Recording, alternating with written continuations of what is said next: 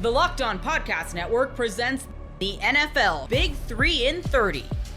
The three biggest stories in the NFL from our local experts at the Locked On Podcast Network. We bring you the real story, why it matters, what's next, who wins the big game, and more, all in 30 minutes. The NFL Big 3 in 30 starts now with the biggest story in the NFL. The Packers didn't have to do that to the New Orleans Saints. You are Locked On Packers, your daily Green Bay Packers podcast. The Packers didn't have to do that. They didn't have to. They did not have to go out and physically dominate this New Orleans Saints team in every aspect. They did not have to go for it multiple times on fourth down. They did not have to kick a 58-yard field goal just for funsies. They did not have to pull every unique look out for the first couple drives. I mean, that first drive, the Packers ran half a dozen plays we haven't seen this year. And it's not that they were like crazy misdirection trick plays. It wasn't the stumble and fumble, Lions, they're gonna pretend to fumble the ball to run Y-Leak back because the Packers did that against them. It wasn't that. But it was stuff that they hadn't shown before. Interesting stuff, unique stuff, unscouted stuff against a team that they didn't need that stuff to beat them. But it was hey, look at what we can do. Look at what we are capable of. And reckon with us in the NFC. It was, as Patrick Beverly would say, and earmuffs if you're listening with your children, it was a belt to ass game. That's what it was. It was we are better than you. We know we are better than you. We're not going to play with our food. We are just going to absolutely pound you into submission. A true four-quarter game. The Packers in this one, 404 yards. The Saints, 196. What else needs to be said? The Packers had more players run the ball in this game than they have had in a game in 70 years. And on defense, they get the first shutout of the 2024 NFL season. It's almost January. It's almost 2025. And a team had not been shut because this happens. Garbage time, whatever. Stuff happens in the fourth quarter. It didn't in this game. And before anyone goes, well, Spencer Rattler, no Chris Olave, no Alvin Kamara. The Commanders, who just beat the Eagles on Sunday, let Spencer Rattler almost beat them last week. If a tight end holds on to a pass that hits him in the chest last week, the Commanders lose, and it has huge playoff implications for the Packers. Now, the Packers have clinched the playoffs. They are going to the playoffs. Their seed is still TBD. But how do you look around the NFL? The Vikings, they barely win in Seattle. I know what their record says, but Seattle really, they had that game and they gave it away. The Lions defense is in shambles. I don't think the Packers are afraid to go beat that team. And then the Eagles, Jalen Hurts probably going to be back this week. But that defense looked extremely mortal against a rookie quarterback on Sunday. Why not the Packers? Has to be where this team is right now. Why not them? And to go out and have a performance like this, we saw Aaron Rodgers' teams do this. This game reminded me of 2014. That team, that season, against an inferior opponent, they would just bury you. And I think, to a lesser degree in a lot of ways, 2020, where they were just going to kick your ass for the fun of it, for the sake of doing it. And that's what the Lions do. You're really the only other team in the NFL that does it. And this Packers team, I understand all the injuries, all that stuff. I get it. But be honest. You saw, you heard, you read Packers fans this week worry about the trap game. I posted a preview clip where I said, look, this is not a nuanced thing.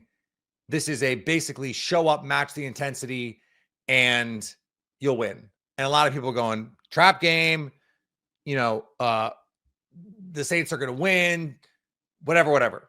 A lot of emotional hedges. I get that part of it. But that's, obviously not what happened, but it was never what was supposed to happen. The Packers were 2 touchdowns favorite in this game. And rightfully so, clearly rightfully so. But to take care of business like this, that is what championship teams do. That is what true NFC contenders do. And not every team would do it. In fact, we saw the Bills. We talked about this yesterday. The Bills had an opportunity against a bad Patriots team to just beat the crap out of them. They didn't. The Chiefs against a bad Panthers team. Okay, Panthers team playing better. Had the chance to show, hey, look, we're the favorites for a reason. We're just going to beat the crap out of this Panther. And they didn't do it. We see it every week. So don't downplay this like this is nothing.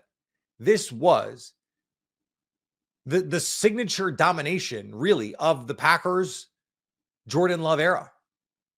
You could say that the Vikings game last year, that was a game they needed more than they needed this one, though this was to clinch. They needed that game to stay alive in the postseason, but there were no expectations on that team. The stakes are different. When no one expects anything of you, the stakes are different than when you go into a game 2 touchdown favorites and you got to win this game to keep pace in the NFC because the Vikings keep winning improbably and the Commanders won somewhat improbably. And, you're not worried about what's happening in the the NFC South or the NFC West because you can't do anything about that.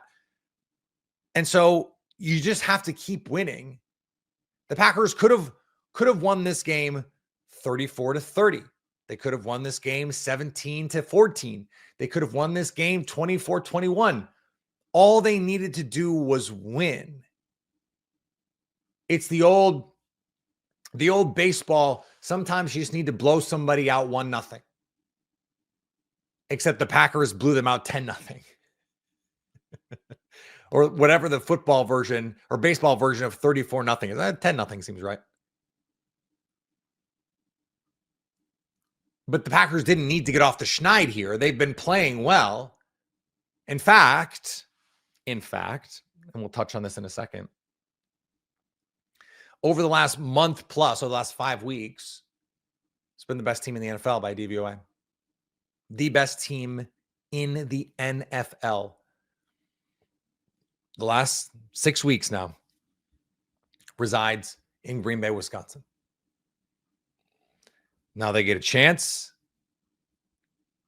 against the Minnesota Vikings to improve their seed. The NFC North is out of reach.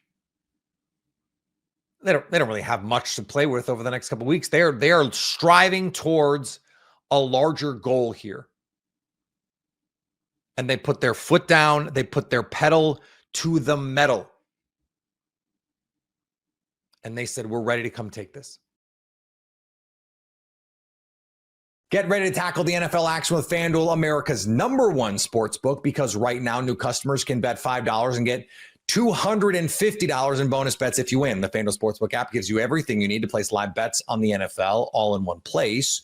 So when you get a hunch in the middle of the game, you can check out the latest stats, view live play-by-play, and so much more on the same page where you place your bets.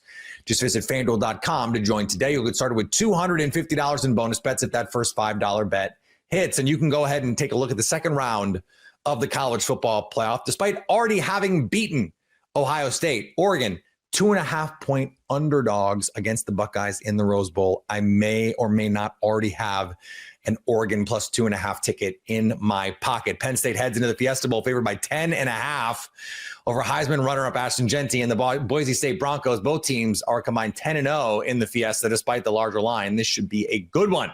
That's FanDuel.com. Never waste a hunch and make every moment more with FanDuel, an official sportsbook partner of the NFL.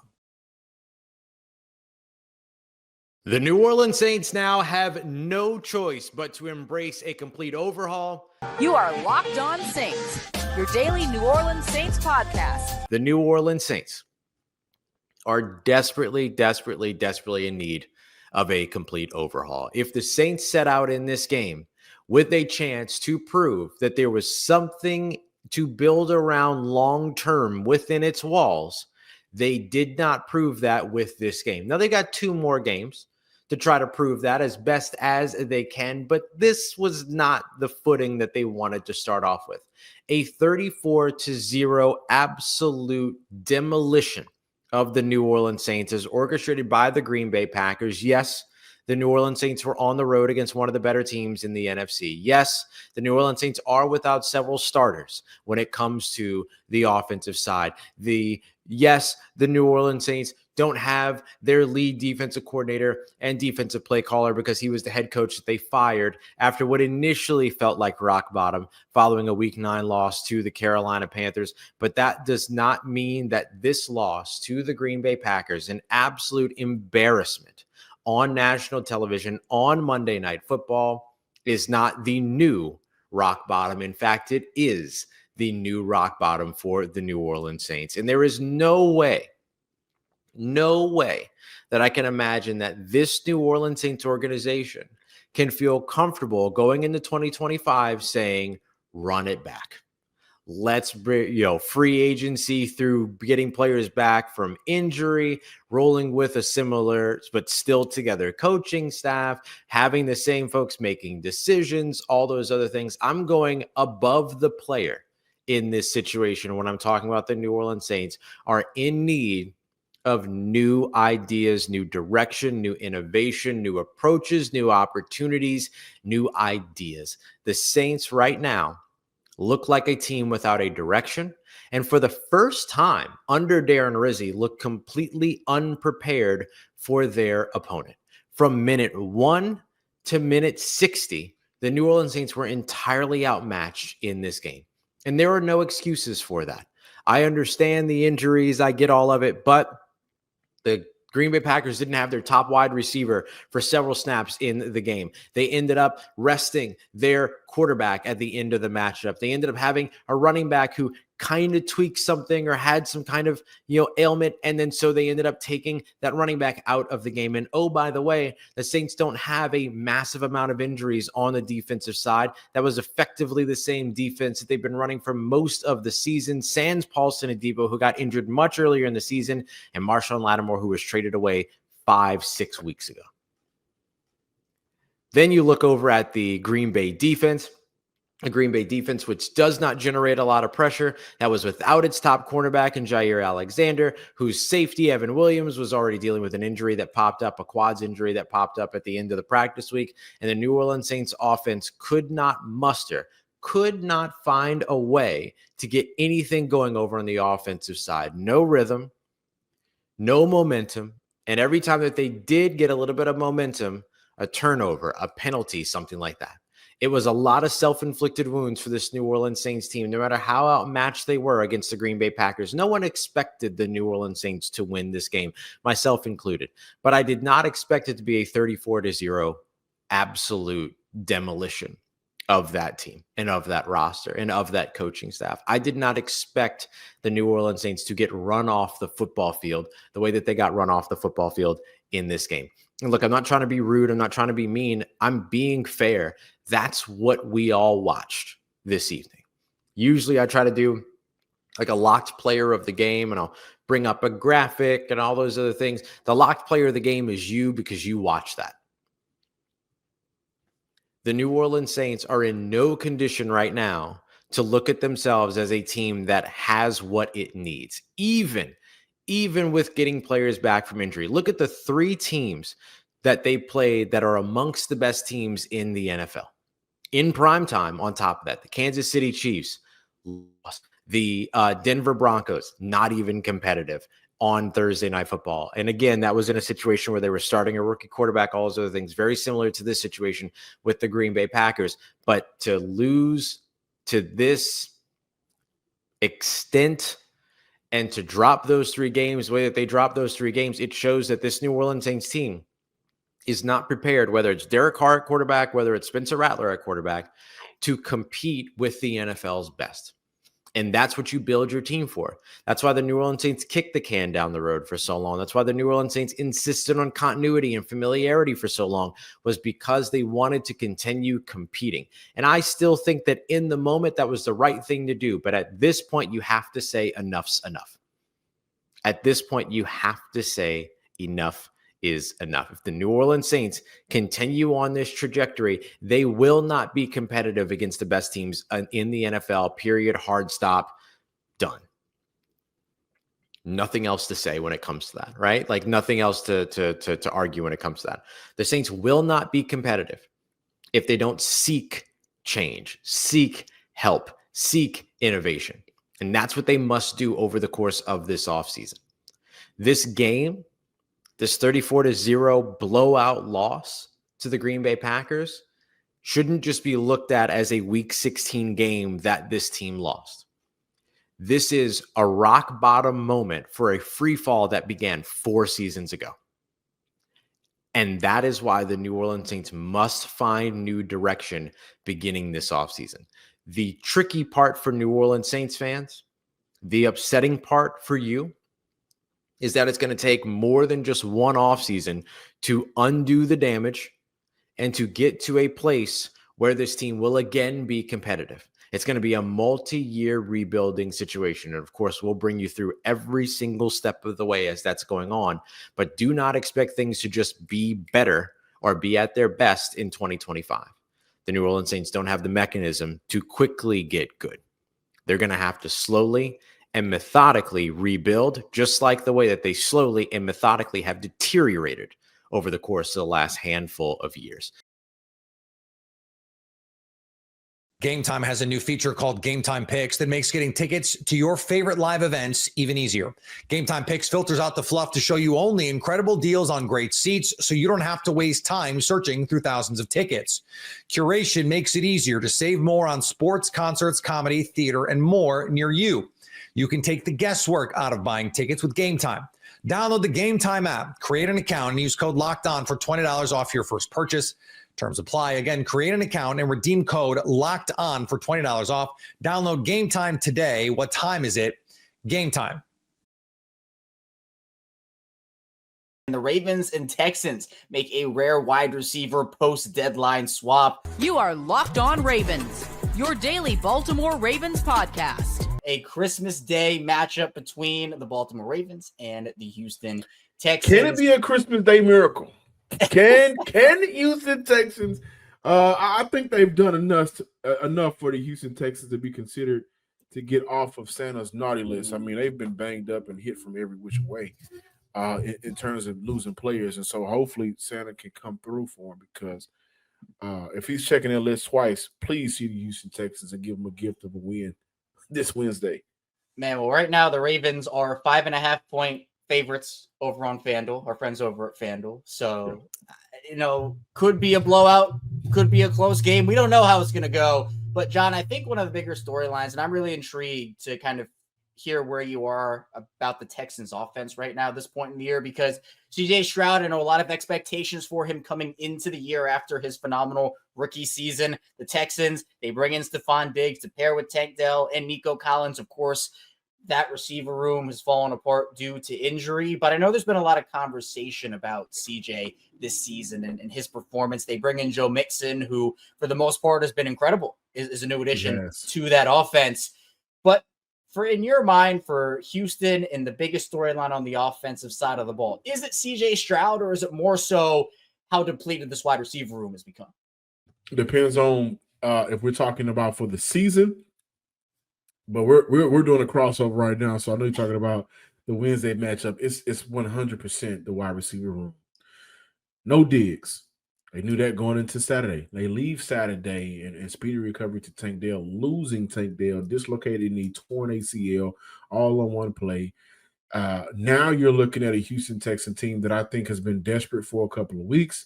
And a lot of times they've been able to pull through their desperation and get a win. This team, they've been resilient all year if you look at the amount of losses. Nico Collins was out for 5 games. And they have to survive through that. The issue is now you're going through the period of the schedule. You've already solidified your playoff spot. Now you're going to have to bounce back and work with what you have going into the playoffs. And Tank Dell is a player, again, like I said, I don't know if there is a player that can replicate what Tank Dell has been able to be for this Houston Texan offense. More so because in CJ, we saw the crying on national TV, and I don't have no problem with that. That's his boy. Said that's a brother, best friend.